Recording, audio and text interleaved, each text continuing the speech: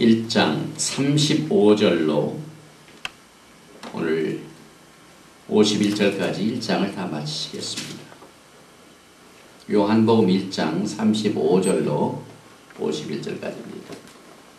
또 이튿날 요한이 자기 제자 중 두 사람과 함께 섰다가 예수의 다니심을 보고 말하되 보라 하나님의 어린 양이로다. 두 제자가 그의 말을 듣고 예수를 쫓거늘 예수께서 돌이켜 그 쫓는 것을 보시고 물어 가라사대 무엇을 구하느냐.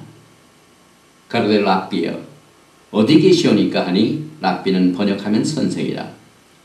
예수께서 가라사대 와 보라. 그러므로 저희가 가서 계신 데를 보고 그날 함께 거하니 때가 제 10시쯤 되었더라. 요한의 말을 듣고 예수를 쫓는 두 사람 중에 하나는 시몬 베드로의 형제 안드레라. 그가 먼저 자기의 형제 시몬을 찾아 말하되 우리가 메시아를 만났다 하고, 메시아는 번역하면 그리스도라. 데리고 예수께로 오니 예수께서 보시고 가라사대 내가 요한의 아들 시몬이니 장차 게바라 하리라 하시니라. 게바는 번역하면 베드로라. 이튿날 예수께서 갈릴리로 나가려 하시다가 빌립을 만나 이르시되 나를 쫓으라 하시니 빌립은 안드레와 베드로와 한 동네 베세다 사람이라. 빌립이 나다니엘을 찾아 이르되 모세가 율법에 기록하였고 여러 선지자가 기록한 그 일을 우리가 만났으니 요셉의 아들 나사렛 예수니라. 나다니엘이 가로되 나사렛에서 무슨 선한 것이 날 수 있느냐. 빌립이 가로되 와 보라 하니라. 예수께서 나다니엘이 자기에게 오는 것을 보시고 그를 가리켜 가라사대 보라 이는 참 이스라엘 사람이라. 그 속에 간사한 것이 없도다. 나다니엘이 가로되 어떻게 나를 아시나이까. 예수께서 대답하여 가라사대 빌립이 너를 부르기 전에 내가 무화과나무 아래에 있을 때에 보았노라. 나다니엘이 대답하되 랍비여 당신은 하나님의 아들이시오 당신은 이스라엘의 임금이로소이다. 예수께서 대답하여 가라사대 내가 너를 무화과나무 아래에서 보았다 하므로 믿느냐. 이보다 더 큰 일을 보리라. 또 가라사대 진실로 진실로 너에게 이르노니 하늘이 열리고 하나님의 사자들이 인자에 오락내리락 하는 것을 보리라 하시니라. 아멘. 아멘. 말씀을 나누기 전에 본 교회 인터넷 문서 선교를 시작한 이래 이메일을 통해서 몇 분들이 또 축하의 격려 편지와 주님의 은혜를 감사드리는 편지를 보내왔습니다. 먼저 한국에서 영암입니다. 사랑하는 목사님과 사모님께 올립니다. 마라나타. 우리의 온전한 위로가 되시며 선한 목자 되신 주님을 찬양합니다. 한없는 주님의 긍휼과 은혜로 12월 5일 9일 말씀 비디오 테이프를 잘 받고 또한 요한복음 강해 말씀과 고린도후서 3장 18절 영원 세계를 바라보며 제목으로 큰 위로와 믿음의 확신과 소망을 얻고 하나님께 모든 영광을 돌립니다. 이메일과 함께 홈페이지를 통하여 목사님과 사모님이 올려놓은 말씀과 사모 칼럼을 확인하여 하며 은혜를 받습니다. 늦은비 교회 사역이 마지막 때 그리스도의 신부 휴곡교회에 향한 하나님의 뜻이 성령과 진리의 말씀으로 증거. 계시록 19장 10절 예수의 증거는 대언의 영이라 되기를 기도하며 하나님께 하나님께서 영광 받으실 줄 믿습니다. 영암 신부드립니다. 또 유럽에 있는 우리 비엔나 집사님, 샬롬 늦은비 교회 인터넷 홈페이지 개설을 주님 안에서 기뻐합니다. 홈페이지를 통해 마지막 때 파수꾼의 나팔 소리가 땅끝까지 울려 퍼지기를 소원하며 또 복스러운 소망이 이루어질 때까지 주님의 보호하심 속에서 귀한 사역이 중단되지 않기를 기도합니다. 그리하여 한 영혼이라도 더 진리의 말씀을 받아들여 시대를 분별하며 깨어서 주님을 기다리는 큰 은혜가 임하기를 바랍니다. 일목요연하게 요약해 놓으신 목사님의 설교 말씀과 잔잔한 감동을 전해주는 사모 칼럼으로 많은 은혜 받습니다. 목사님과 사모님 홈페이지 꾸미시느라고 무척 힘드신 줄 압니다. 혹시 제가 도와드릴 일이 있을지요? 그리고 제가 보내드리는 부족한 글을 부담 갖지 마시고 필요한 곳에 사용해 주십시오. 따스한 사랑 담긴 시애틀 커피 미리 감사드리며 추운 날씨에도 늘 건강하시길 바랍니다. 저희는 12월 22일부터 27일 시댁에 다녀옵니다. 지혜 있고 진실한 청지기가 되어 주인에게 그 집 종들을 맡아 때를 따라 양식을 나눠줄 자가 누구냐? 누가복음 12장 42절 말씀. 마라나타. 비엔네에서 권인경 원님. 우리 하나님께서 참 이 인터넷 문서 선교는 참으로 놀랍습니다. 테이프 지금 가고 있는데도 벌써 메시지는 각 안방마다 다 들어앉아서 언제든지 열면은 프린트 되고, 또 잊어버렸던 말씀을 또 다시 읽고 또 하면은 이게 얼마나 참 은혜가 되는지 모릅니다. 저도 인터넷 선교를 오래전부터 여러 가지로 꿈꿔왔었는데 이렇게 직접 제가 페이지를 꾸미면서 이렇게 매주 작업을 해보니까 정말 하나님의 은혜가 얼마나 큰지 모릅니다. 하나님께서 마지막 때 정말 우리 늦은비 교회를 정말 우리 주님께서 버리지 아니하시고 꺼져가는 심지를 끄지 아니하시고 이렇게 붙잡아 주셔서 마지막 때 사역을 맡겨주시고 또 영광을 받으시는 놀라운 하나님의 은혜를 늘 감사드립니다. 오늘은 요한복음 강의의 세 번째 말씀으로 1장 35절로 51절까지의 말씀을 본문으로 하여 믿음으로 예수를 쫓은 사람들이라는 제목을 가지고 같이 은혜를 나누겠습니다. 예수님을 만나서 그들의 생애가 크게 변화되고 또 예수님을 만나서 그를 쫓기로 한 사람들은 한결같이 믿음의 사람들이었습니다. 주님께서 그의 은사를 내려주셨던 모든 사람들을 보면은요, 무슨 특별한 사람들이 아닙니다. 무슨 자격 있는 사람이 아닙니다. 언제나 하나님께서는 우리들에게 믿음을 원하십니다. 과거에 7 귀신에 붙잡혀서 고생을 하던 막달라 마리아를 우리 주님이 만나시고 난 뒤에 너는 과거가 너무 마귀에 눌려있으니 나를 따라오기에는 너무나도 부정당한 자다라고 실격을 시키지 아니하시고 오히려 그를 사용하셨습니다. 우리 하나님의 영광을 드러냈습니다. 그러므로 우리 주님이 원하시는 사람들은 다 높은 자격 기준에 맞아서 제자로 선택받은 것은 아닙니다. 그들은 오로지 주님을 믿음으로 따르기로 작정을 하고 자신들의 편안하고 그동안 해왔던 모든 일들을 다 제쳐놓고 큰 변화 속에서 정말 어린아이와 같은 심정을 가지고 주님을 따라갔던 이와 같은 사람들을 통해서 우리 주님이 그들을 제자로 삼으시고 역사를 하신 것을 우리는 오늘 말씀 속에서 발견하게 됩니다. 오늘 예수님을 쫓았던 믿음의 사람들은 총 5명이 나옵니다. 그런데 먼저 시간적으로 볼 적에 요한복음 1장 29절로 51절에 보면은 그 이튿날이라는 말이 3번 나옵니다. 그러니까 이튿날 하니까 3일 동안의 모든 이와 같은 역사가 벌어졌습니다. 요한복음 1장 29절에 이튿날 요한이 예수께서 자기에게 나오심을 보고 가로되 보라 세상 죄를 지고 가는 하나님의 어린 양이로다. 그 다음 또 하루가 지나고 난 뒤에 또 이튿날 요한이 자기 제자 중 2사람과 함께 섰다가 요한복음 1장 35절 그리고 또 한 번 1장 43절에 나옵니다. 이튿날 예수께서 갈릴리로 나가려 하시다가 빌립을 만나 이르시되 나를 쫓으라 하시니 그러니 정말 여기에 나오는 5명의 제자들은 그의 생애가 정말 전격적으로 바뀌었습니다. 모든 것을 다 제쳐놓고 일생 동안 주님을 믿기로 작정한 이 큰 변화가 이 3일 동안에 이루어졌습니다.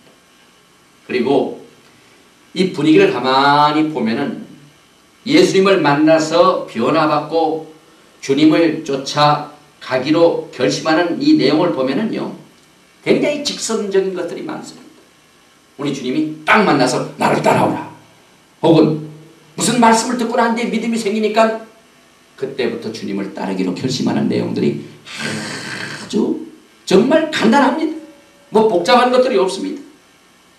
그래서 우리가 복음을 증거할 적에도요, 이렇게 직선적으로 또 아주 간단하게 단순하게 하나님의 말씀만 증거하면 그 나머지는 주님께서 책임져 주신다는 사실을 우리는 이 말씀을 통하여 깨닫게 됩니다. 예수님을 믿음으로 쫓아간 5명의 이름이 여기에 나오는데, 안드레, 베드로, 그리고 빌립이 나오고 나다니엘이 나옵니다. 그러나 이름은 안 나오지만 이것을 기록한 요한이 포함되어 있습니다. 그래서 우리가 오늘 이 말씀을 통하여 그들이 예수님을 만나 변화받게 된 그 동기가 무엇이며 어떻게 주님을 만나게 됐는가 하는 내용들을 살펴보면서 우리가 과거에 주님을 만날 적에 어떻게 주님을 따르게 결심했나 하는 사실들을 다시 한번 새롭게 함으로써 믿음으로 예수님을 쫓은 이 5명의 제자들을 살펴보겠습니다. 첫째, 안드레와 요한을 한번 보십시다. 예수님을 만나 첫 번째로 쫓아간 사람들은 안드레와 요한이었습니다.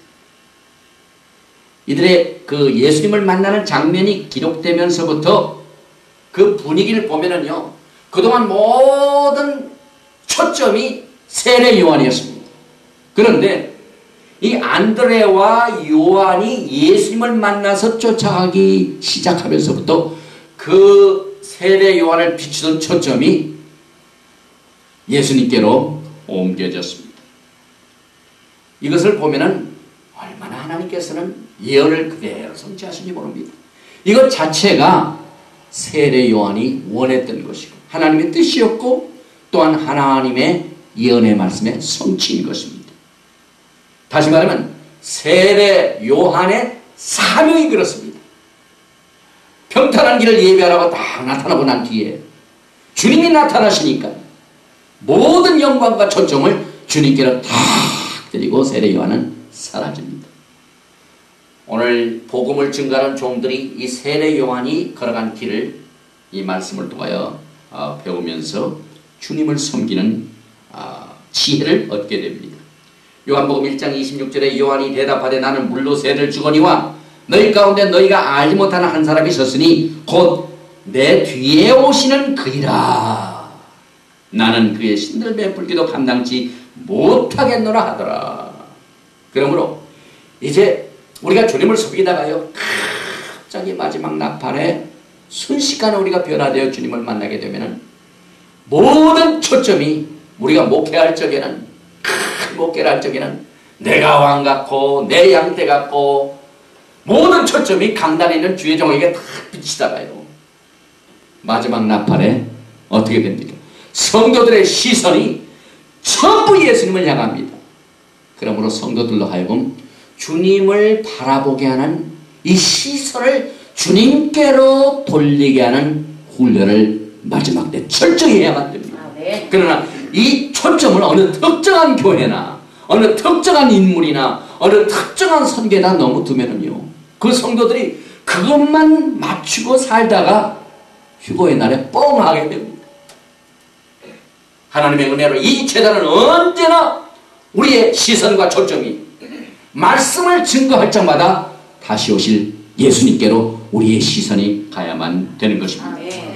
세례 요한이 많은 사람들에게 세례를 베풀고 메시지를 외칠 때 그 메시지도 하나님의 어린 양에 관한 메시지였습니다. 그래서 그 메시지를 듣고 이 안드레와 요한도 그 중에 한 사람들이었습니다. 그런데 그들이 들었던 그 메시지의 내용에서 가장 핵심이 되는 하나님의 어린 양 예수님을 직접 만나게 되는 것입니다. 그래서 이 내용을 보면은요, 그동안 하나님의 위대한 선지자 세례 요한이 나타나서 하나님의 어린 양을 외칠 적에 많은 사람들이 세례 요한을 따라갔습니다. 그런데 그 메시지의 내용의 중심이 되는 예수님이 딱 나타나시니까 그 말씀을 듣던 인물들이 얼마나 큰 복을 받았습니까? 우리가 지금 설교를 듣다가 지금 주님에 관하여 설교를 듣다가 주님이 갑자기 공중 재림해 보세요. 주님을 만나는 기쁨이 생깁니다. 그래서 지금 요한과 안드레도 세례 요한 쫓아다니면서 하나님의 어린 양에 대해서 메시지를 들었는데 갑자기 세례 요한이 세상자를 죽은 하나님의 어린 양이로다 하고 주님이 나타난 것을 보고 오니까 그때부터 요한과 안드레가 누구를 따라갑니까? 세례 요한입니까? 예수님입니까? 예수님. 그래서 메시지를 듣고 그들이 변화받는 장면이 나옵니다. 우리들도 과거에 참 예수님을 만날 때 어떠한 큰 이 감격스러운 일이 있는가를 생각해보면 언제나 은혜가 됩니다. 제가 오늘 우리 홈페이지에 전명자 선교사의 두 여인이라는 칼럼을 읽었습니다. 그 내용을 가만히 보니까 알고 있었는데 아주 오래된 일인데 다 읽어보니까 옛날 생각이 나요. 두 여인이 우리들의 생애에 큰 변화를 가져왔습니다. LA 있을 적에 캐트린 콜만 여자 목사님, 또 시카고에 있을 적에 저 그레넬렌에 마셀라라는 할머니가 있습니다. 그런데 이 마셀라 할머니는 그냥 땡스기빙만 되면 우리 초장에다가 칠면조 거기에다 감자에다가 햄에다 해가지고 그렇게 우리를 초청을 해가지고 사랑을 베풉니다. 그때 참 주님의 사랑 많이 받았죠. 미국 집에 가가지고 미국 할머니 아주 저택이 아주 굉장히 큰 좋은 집입니다. 지하실 넓은 데다가 손님들을 초대해 놓고 또 그 할머니 남편 되시는 분이 쿡을 더 잘합니다. 한국은 여자분들이 음식을 잘하지만 미국은 반대 같아요. 할아버지가 앞치마를 이렇게 전부 입고 일일이 다 햄도 굽고 터키도 굽고. 그런데 이 두 할머니가 성령 세례 받게 되는 복음을 우리에게 전해줬어요. 방언하게 되는 은사를 우리에게 전해줬어요. 그때부터 우리의 생애가 변합니다. 그래서 우리가 옛날 주님을 어떻게 만나게 되고 어떻게 은혜를 받았는가는 옛날 생각을 해보면 우리에게 큰 유익이 됩니다. 그래서 미국 목사님들은요, 주님을 만나 변화됐던 그 변화받게 된 과거의 기억이 거룩한 기억이다. 절대로 잊어버리면 안 된다. 홀리 메모리, 절대로 잊어버리지 말라. 이렇게 외치는 종들을, 저는 이 말씀을 특별히 요한과 안드레가 예수님을 만나서 변화되는 장면을 보면서 생각해 봅니다. 오늘 이제 주님께서 1장 38절에 예수께서 돌이켜 그 쫓는 것을 보시고 물어가서되 무엇을 구하느냐? 요한과 또 안드레에게 물어보십니다. 가로되 랍비여 어디 계시오니까 하니 랍비는 번역하면 선생이라. 예수께서 가라사대 와보라. 그러므로 저희가 가서 계신 데를 보고 그날 함께 거하니 때가 제 10세쯤 되었더라. 예수님께서요, 이 안드레에게 물어보신 질문은요, 얼마나 우리 가슴을 파고드는 강력한 메시지인지 모릅니다. 안드레가 요한을 딱 만나시더니 너희가 무엇을 원하느냐? 가슴에 막 와닿는, 아주 너희들이 주님을 따르기로 결심을 했는데 그 따르는 동기와 목적이 무엇인가를 알기를 원하십니다. 여러분과 제가 주님을 만나서 주님을 따르기로 결심할 적에 무엇을 원하셨습니까? 병고침이었습니까? 사업자들이라고 했습니까? 우리 주님께서는 혹시나 이 안드레와 요한이 그때 당시에 유대인들이 로마의 압정에 의해서 굉장히 고생을 많이 했습니다. 누군가 와가지고 우리를 로마의 정부로부터 해방시켜서 우리나라를 자유케 하고 어떤 강력한 지도자가 나타나서 로마 병정들을 물리치고 혁명을 일으키는 이런 지도자를 얼마나 간절히 기다렸는지 모릅니다. 그래서 주님께서 너희들이 무엇을 원하냐 한 말은, 너희들이 그런 것을 원하면 너희들은 열심당원들한테 따라가는 게 좋겠다. 나를 따르는 것은 번지수가 다르다 하는 것을 먼저 제시하셨습니다. 오늘 우리 모두가 다 요한과 베드로와 같이, 안드레와 같이, 여기 나오는 인물들과 같이 주님을 만날 적에 무엇을 원하느냐? 하는 것을 분명히 해야만 됩니다. 우리는 죄인입니다. 죄로부터 해방받게 되는 구원자가 필요합니다. 우리는 영생이 필요합니다. 살아계신 하나님을 기쁨으로 섬기는 섬김의 대상이 누구인가를 분명히 해야만 되는 것입니다. 신부의 대상은 신랑입니다. 그래서 신부로 하여금 신부여 누구를 원하십니까? 무엇을 원하십니까? 누구를 제일 만나기를 원하십니까? 신부가 있다가 다른 얘기하면 그건 신부가 아니죠. 신부에게 가장 필요한 인물이 누굽니까? 신랑입니다. 오늘 우리는 예수님을 원하기 때문에 주님을 따르기로 결심한 이들의 생애를 통하여 다시 한번 우리의 믿음을 새롭게 봅니다. 그 다음에 두 번째로 시몬 베드로가 나옵니다. 안드레가 이제 은혜를 받고 난 뒤에 와 보라 하신 말씀을 듣고 그날 하루를 주님과 함께 지내고는 마음속에 이분이야말로 메시아이구나 하는 확신을 얻게 되었습니다. 그래서 그 뒤에 반응을 보니까요, 제일 먼저 그는 그 형제가 찾아갔습니다. 그리고 난 뒤에 그 형제를 예수님께로 데리고 왔습니다. 이 성경에 안드레가 나올 정보다 신기한 일이 있습니다. 안드레의 은사는요, 받은 은혜를 가지고 꼭 누구한테 가서 얘기를 합니다. 그리고 그 사람을 예수님께로 데려오는 특별한 소질이 있는 은사가 있습니다. 성경에 보면 여러 번 나오는데 요한복음 6장 8절에 제자 중 하나 곧 시몬 베드로의 형제 안드레가 예수께 여짜오되 둘이 오죠. 또 12장 22절에도 빌립이 안드레에게 가서 말하고 안드레와 빌립이 예수께 가서 여짜온데 꼭 두 사람씩 나옵니다.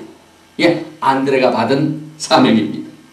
그래서 예수님께서 어떻게 안드레의 형제를 영접하죠? 안드레의 형제라는 것은 시몬 베드로를 말합니다. 40절에 보니까 요한의 말을 듣고 예수를 쫓는 두 사람 중에 하나는 시몬 베드로의 형제 안드레라. 그가 먼저 자기의 형제 시몬을 찾아 말하되, 그러니까 형제 시몬을 제일 먼저 전도를 했습니다. 우리가 메시아를 만났다 하고, 메시아는 번역하면 그리스도라. 데리고 예수께로 오니 예수께서 보시고 가라사대 내가 요한의 아들 시몬이니 장차 게바라 하리라 하시니라. 게바는 번역하면 베드로라. 우리가 지금 시몬 베드로가 예수님을 어떻게 만나는가 하는 장면을 보게 되는데요, 대부분의 목사님들이 베드로 하면 생각하는 게 있습니다. 베드로는 행동주의자입니다. 생각보다도 발이 먼저 가는 분입니다. 성격이 얼마나 급한지 모릅니다.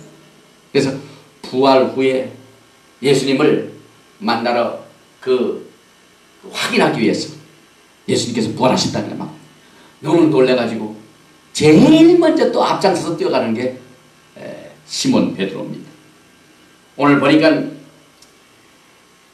참 예수님께서 시몬을 어떻게 만나시고 무슨 말씀을 하셨는가 하는 내용을 보면 너무나 은혜스럽습니다. 아주 베드로로 하여금 성격이 급한 사람 이렇게 여기시지 않고 아주 단단하고 안정스러운 바위, 개발한 이미지를 베드로에게 주셨습니다. 그래서 예수님께서는 베드로를 쫙 보자마자 앞으로 어떻게 될 인물인가를 미리 아시고 또 이 베드로를 어떻게 만드실 것인가 하는 그 자체를 미리 보셨습니다. 그래서 오늘 보니까 우리 주님께서 이 베드로를 너는 개바라 반석이라. 우리 주님은 언제나 한번 일을 시작하시면은 끝을 맺으시는 하나님이십니다. 빌립보서 1장 6절 말씀에 너희 속에 착한 일을 시작하시니까 그리스도 예수의 날까지 이루실 줄을 우리가 확신하노라. 여러분들이 주님을 믿음으로 따라가기로 작정한 그 시작한 그 일을 영광의 휴거의 날까지 이루실 줄을 우리는 확신합니다.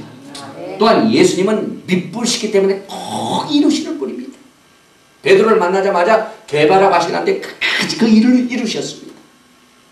데살로니가전서 5장 24절에 너희를 부르시는 이는 믿으시니 그가 또한 이루시리라. 또 예수님은요, 여러분과 저를 온전케 하시는 분입니다.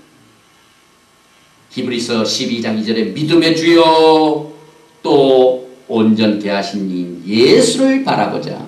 우리는 온전치 못합니다. 그러나 믿음으로 우리가 예수님을 따를 적에 우리 주님께서는 처음 착한 일을 시작하신 그 일을 완전하게 온전하게 이루시고 영광을 나타나시게 될 것입니다.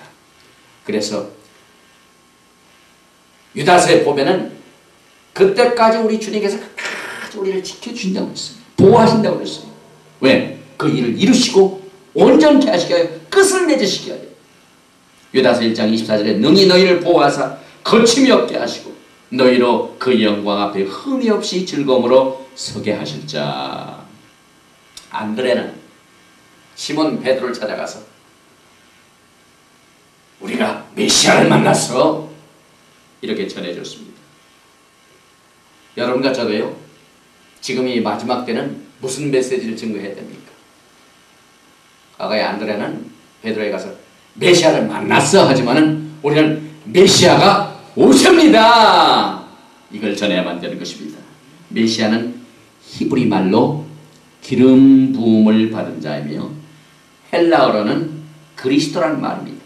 그래서 과거의 구약시대에 왕, 제사장, 또 선지자들 이와 같은 사람들이 하나님의 쓰임을 받게 하여 특별히 성별함을 받을 적에, 특별한 사역을 위하여 성별시킬 적에 기름을 부었습니다.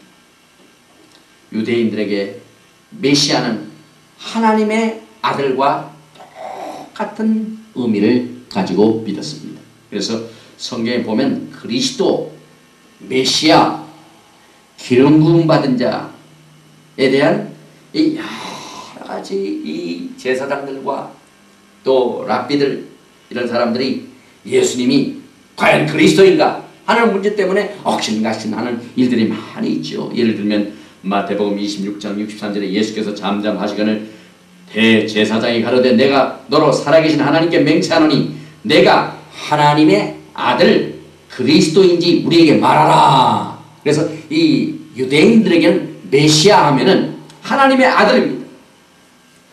그리고 또 유대인들과 랍비 사이에는요, 메시아가 오셔서 하는 그 일이 무엇인가, 그들을 위해 무엇을 베풀어 줄 것인가 하는 이것에 대하여 서로 의견들이 다 달랐습니다.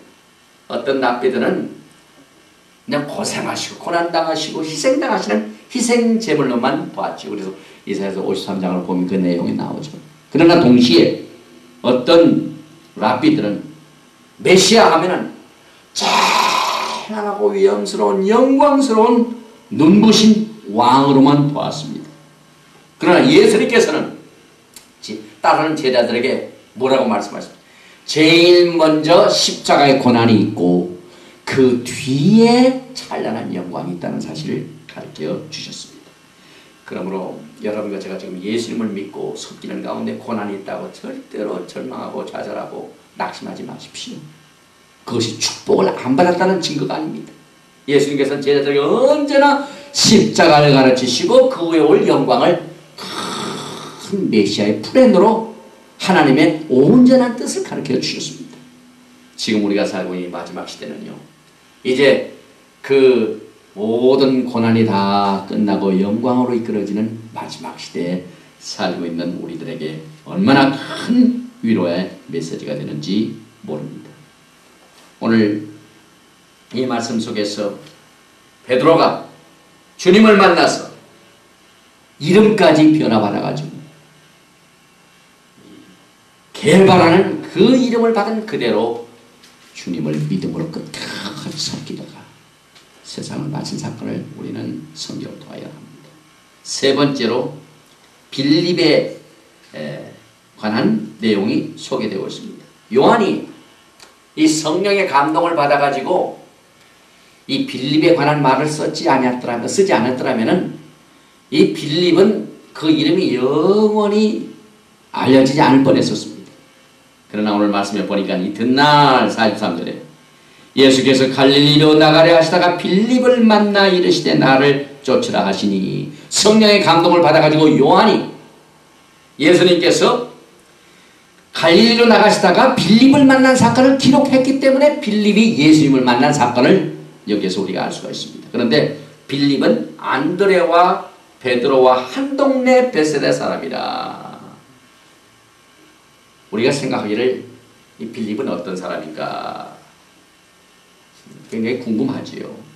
그런데 성경을 보면은요 상당히 합리주의자입니다.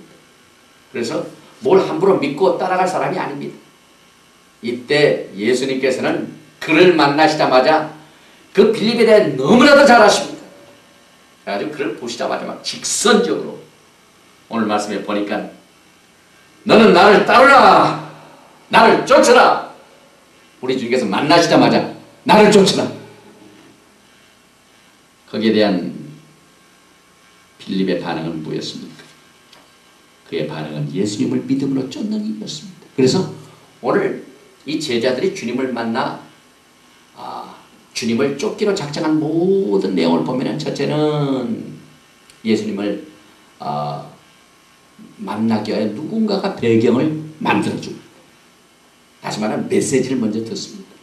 그리고 메시지를 들은 사람이 어떻게 반응을 받게 되는가 하는 내용들이 기록되어 있습니다. 그래서 지금 빌립이 예수님을 만나자마자 나를 쫓으라는 메시지를 받았습니다. 그때 그 메시지를 받고 빌립이 주님을 믿음으로 쫓아갔습니다. 그리고 맨 마지막 네 번째는 나다니엘이 나옵니다. 이제 빌립이 예수님을 만나자마자 제일 먼저 또 한 일이 나다니엘에게 좋은 소식을 전해줬습니다. 그래서 오늘 45절에 보니까 빌립이 나다니엘을 찾아 이르되 모세가 율법에 기록하였고 여러 선지자가 기록한 일 그 일을 우리가 만났으니 요셉의 아들 나사렛 예수니라. 그러니까 여기 보니까 내가 메시아를 만났어, 내가 나사렛 예수를 만났어 전해줍니다. 이때 나다니엘의 반응은 어떻습니까? 굉장히 차지요. 그래서 1장 46절에 보니까 나다니엘이 가로되 나사렛에서 무슨 선한 것이 날 수 있느냐? 빌립이 가로되 와 보라 하니라. 지금 이 나다니엘이 예수님에 관한 얘기를 듣고 제일 먼저 반응을 보이는 것은 어떻게 보면 정말 불신의 말 같지요. 그러나 예수님은 그의 솔직한 심정을 아주 진지로 여기셨습니다. 그래서 그 다음 말씀 47절에 보니까 예수께서 나다니엘이 자기에게 오는 것을 보시고 그를 가리켜 가라사대 보라 이는 참 이스라엘 사람이라 그 속에 간사한 것이 없도다. 이스라엘 사람들 중에 정말 간사한 사람들이 굉장히 많았나 봐요. 내 겉으로는 하나님을 섬기는 척하면서 행동은 전혀 다른데 나다니엘은 아닙니다.